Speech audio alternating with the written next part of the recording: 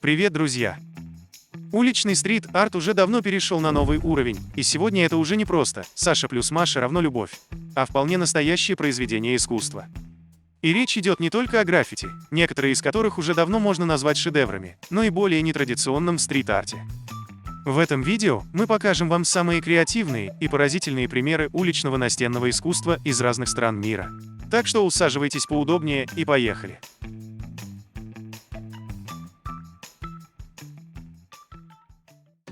Статис Цивалиес, или Insane 51. Этот художник, известный своими замысловатыми и постоянно инновационными рисунками с распылением, продвигающих идеи граффити. Однако его более популярные работы связаны с использованием накладных фресок. Родившийся в Греции в 1992 году, он начал писать граффити в 2007. Формальное образование Статис получил в Афинской школе изящных искусств, а также изучал прикладное и графическое искусство. Его более ранние работы были сосредоточены на использовании цвета и формы для экспериментов с различными техниками. Однако далее в карьере молодого художника, и это то, что он практикует и по сегодняшний день, блуждает специализация вокруг понятий фотореализма и наложения изображений.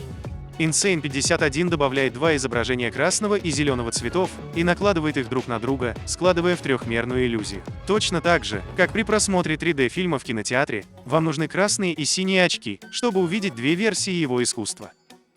Сегодня этот парень путешествует по миру, раскрашивая стены на различных фестивалях и выставках уличного искусства.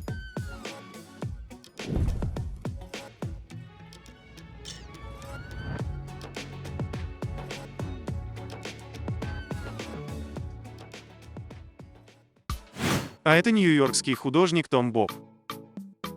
Он превращает самые невероятные объекты в искусство, которое удивительным образом вписывается в окружающую среду. Том берет некоторые из самых обыденных предметов в жизни и создает из них причудливых мультяшных персонажей, тем самым создавая игривое искусство в бетонных джунглях. Он каким-то образом умудряется видеть то, что другим не удается. Ведь любой предмет в нашей городской среде, будь то крышка люка, ящик для посуды или же пожарный гидрант, является достойной добычей для этого неуловимого и ловкого проказника. Первоначально начав с улиц Нью-Йорка, художник прыгал из города в город, оставляя их улицы и уголки взамен более красочными. Неудивительно, что у него появилось немало фанатов по всему миру, а также страница в Instagram, на которой около полумиллиона преданных подписчиков, многие из которых ждут, когда его уличные арты появятся в городах США. Его искусство заставляет нас улыбаться, напоминая о новых творческих возможностях для наших общественных пространств.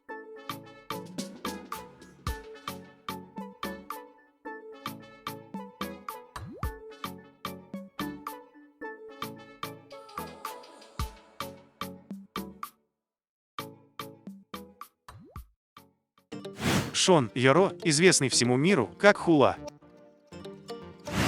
Это современный художник-самоучка, который известен своими фресками, расположенными рядом с большими водоемами или в них. Он рисует свои массивные картины на полузатопленных стенах или обломках кораблей и использует приливы для продвижения в своей работе. Доска для серфинга становится плавучей студией, в которой он держит краски и кисти, пока занимается рисованием. Хула разработал особый стиль, сочетающий изобразительное искусство, уличное искусство и природу. Потрясающие, огромные женщины, которых он рисует, словно волшебным образом поднимаются из воды. Художник родился в 1989 году на Гавайях, на острове Оаху, и вдохновленный известными художниками эпохи Возрождения, он в основном пишет гиперреалистичные портреты женских фигур. Его вдохновляют грубые эмоции, которые он стремится запечатлеть с помощью масляной краски. Также парню часто нравится оставлять определенные места незавершенными, чтобы подчеркнуть те области, которые он больше всего хотел нарисовать. В настоящее время Хула работает в Нью-Йорке, часто путешествуя по США и Европе, чтобы рисовать фрески и выставлять свои работы.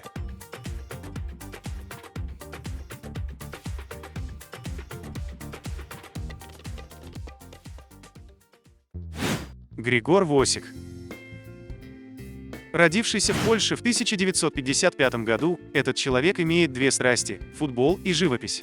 Свою профессиональную карьеру начинал как довольно-таки неплохой футболист. Однако чем же заниматься между тренировками и игрой? Поэтому будущий художник искал подходящую работу и быстро придумал заняться чем-то творческим. Григор брал уроки рисования с детства, поэтому снова начал рисовать. И как только оформил свои первые работы, все произошло очень быстро.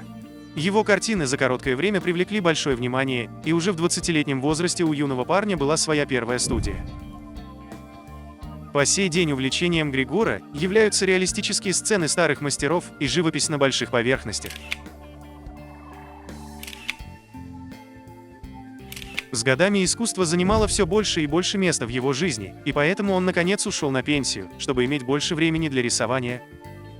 На международном фестивале уличного искусства в Вильгельмсхафене он уже несколько раз доказывал, что его страстью являются в первую очередь 3D-изображения. Он уже участвовал в 2 картинах с мировыми рекордами. Например, в 2012 году он спроектировал огромное ущелье с Ноевым ковчегом на Валуа-Плац. Картина имела размер 1570 квадратных метров и попала в Книгу рекордов Гиннесса как самая большая уличная фотография в мире.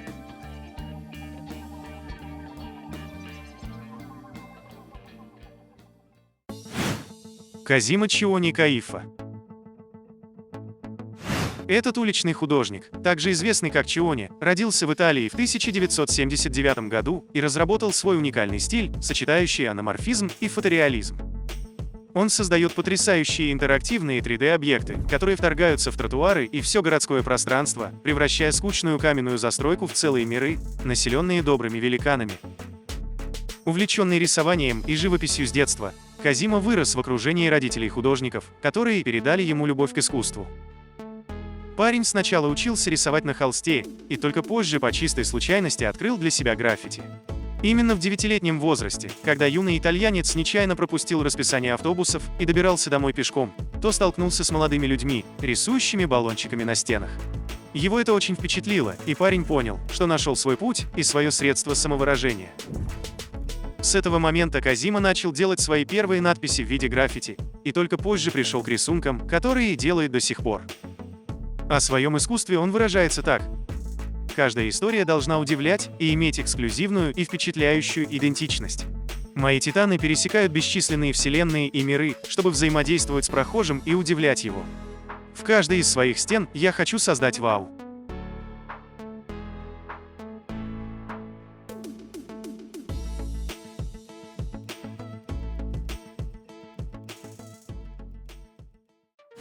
Уличный художник Питер Роа. Роа является граффистом из города Гента, что в Бельгии, и рисует на стенах огромных черно-белых животных, которых очень часто записывают и фотографируют на камеру восторженные зрители. Его стиль отличается от стилей всех прочих уличных художников, и увидев хотя бы 2-3 его работы, даже далекий от этой области человек сможет отличить его от других. Это всегда животные, всегда масштабные, всегда черно-белые и всегда много физиологизма. Далеко не каждый согласится с тем, что его граффити украшают города, но, безусловно, Роа выдающийся уличный художник, и это факт. О нем известно очень мало, и еще меньше задокументировано. В очень юном возрасте Питер помнит, что хотел стать археологом и собирал маленькие черепа птиц и грызунов, чтобы рисовать дома. Впоследствии чего, медленно, но уверенно пристрастился к природе городского искусства и в первую очередь известен своей сильной одержимостью животными и грызунами. Большая часть его работ создана с помощью смеси черного, белого и серого цветов. Иногда этот художник-монументалист предпочитает делать наброски, особенно большие фрески. Сначала он начал художественную карьеру с росписи зданий в своем родном городе. В настоящее же время его характерные черно-белые уличные работы можно найти по всему миру.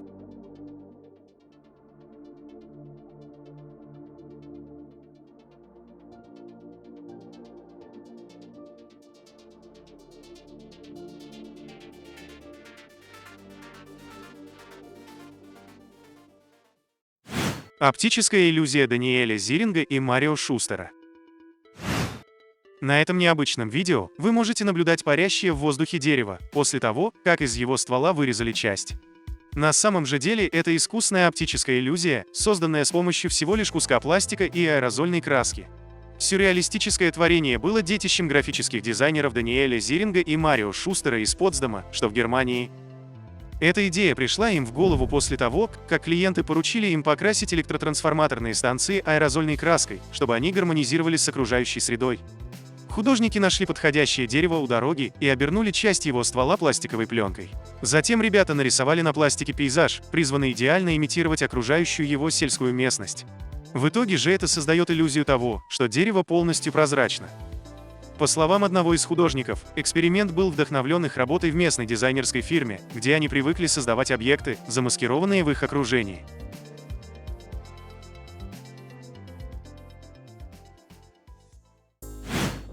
Артур Бардало.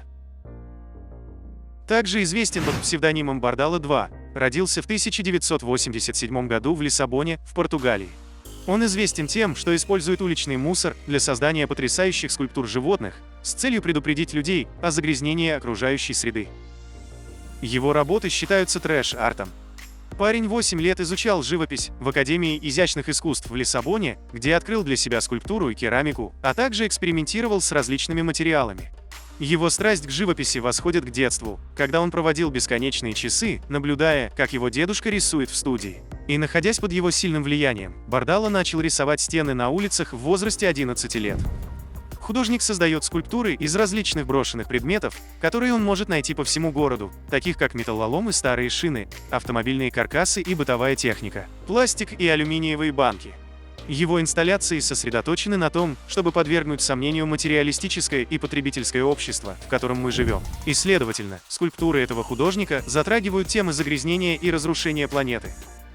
С 2012 года Артур Бардало создал около 200 скульптур животных, используя более 60 тонн повторно используемых материалов, а его инсталляции можно найти по всему миру.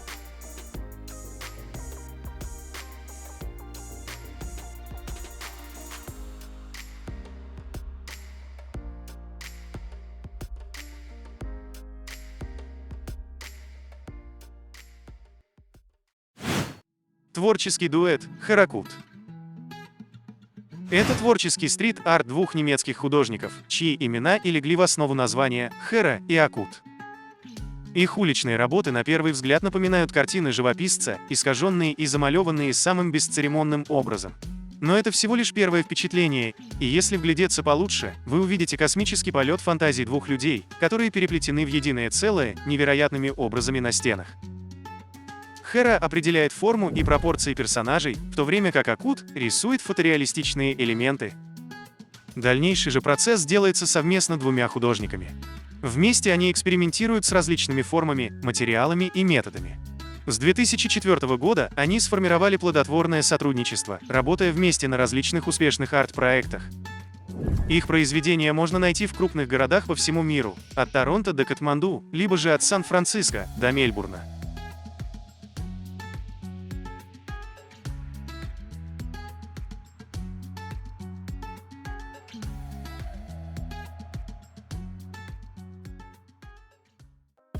Мариуш Варас или М-Сити.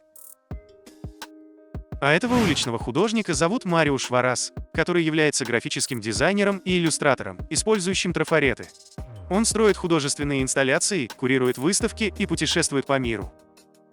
Этот человек, безусловно, является одним из ведущих художников уличного искусства в мире. В своем знаменитом проекте М-Сити он создал несколько сотен росписей на стенах в городах по всему миру, от Гданска через Берлин до Джакарты.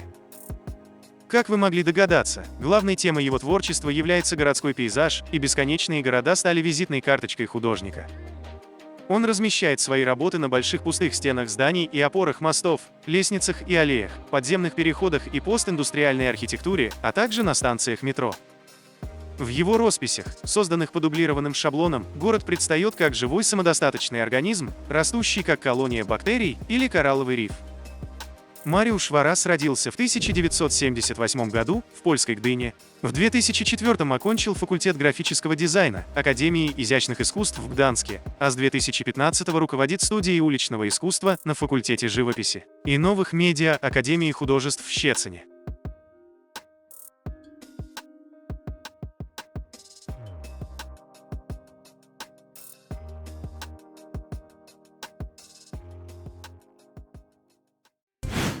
Дуэт Never Cry. Это проект двух художников из Швейцарии.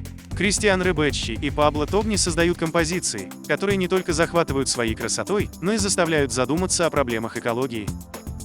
Друзья сначала ходили в одну школу, а потом в Академию живописи. До того, как художники решили создать общий проект, каждый занимался скульптурой, иллюстрацией и граффити. Такая разноплановость заметна и на муралах, ведь их изображения выглядят объемными, а значит, художники умеют применять приемы, выработанные для скульптуры и других жанров. Каждая картина поражает палитрой оттенков, и на каждом изображении обязательно присутствуют тени. Именно эта незаметная мелочь и создает ощущение реальности. Некоторые картины выглядят фантастическими, ломая всякую логику. Но за каждой из них стоит одна и та же идея – природа. Художники напоминают людям, что на Земле есть животные, которые нуждаются в нашей защите. Ведь чаще всего на их картинах красуются большие звери – киты и медведи. Размер муралов тоже имеет смысл. Это огромные рисунки, рядом с которыми человек должен почувствовать себя маленьким. Таким образом, парни напоминают, что человек – это часть природы.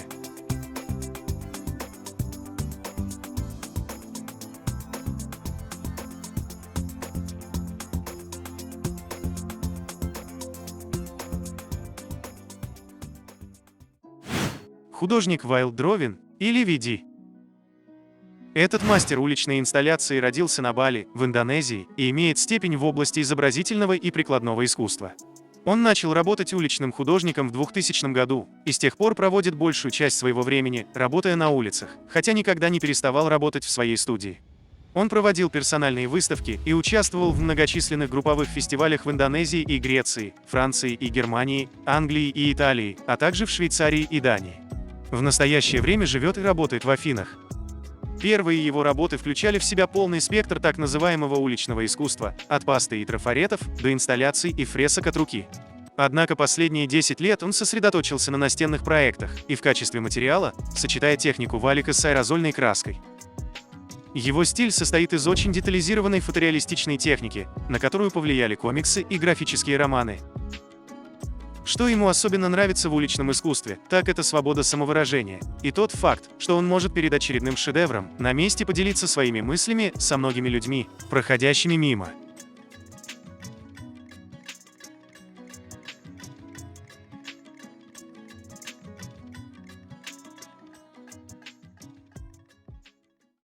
Каледония Карри или Своон.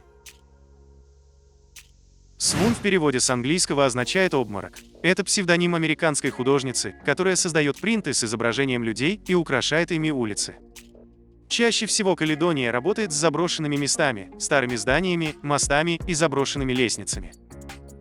Она получила художественное образование и почувствовала, что не хочет сдерживать свое творчество. Не хочет писать картины, которые останутся закрытыми в музеях или галереях. Своон поняла, что хочет стать частью мира. И выход нашелся, а это приклеивание своих картин к стенам. Ведь само это действие довольно символическое. Это соединение с миром и в какой-то степени его изменение. Выбор портретов также не случайный, ведь нарисованные люди на картинах – это друзья и родственники художницы. Своон говорит, что каждый человек – это носитель чувств, и именно портрет отражает его переживания. Поэтому можно поймать яркий подходящий момент и перенести его на картину.